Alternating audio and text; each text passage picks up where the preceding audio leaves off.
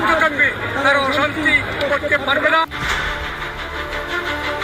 সম্প্রতি সাবেক এই রেলমন্ত্রীর বিছানা জুড়ে ছড়িয়ে থাকা টাকার বান্ডিলের একটি ছবি ভাইরাল হয়েছে সামাজিক যোগাযোগ মাধ্যমে।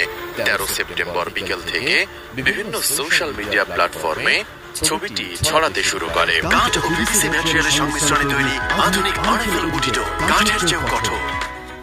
তবে এটি কবেকার ছবি তা জানা সম্ভব হয়নি। ভাইরাল হওয়া ওই ছবিতে দেখা গেছে বিছানায় বসে আছে মুজিবুল হকের 3 শিশু সন্তান। সন্তানদের সামনে পড়ে আছে 500 ও 1000 টাকার নোটের কয়েকটি বান্ডিল। মুজিবুল হককে তার এক সন্তানকে কোলে নিতে দেখা যায়।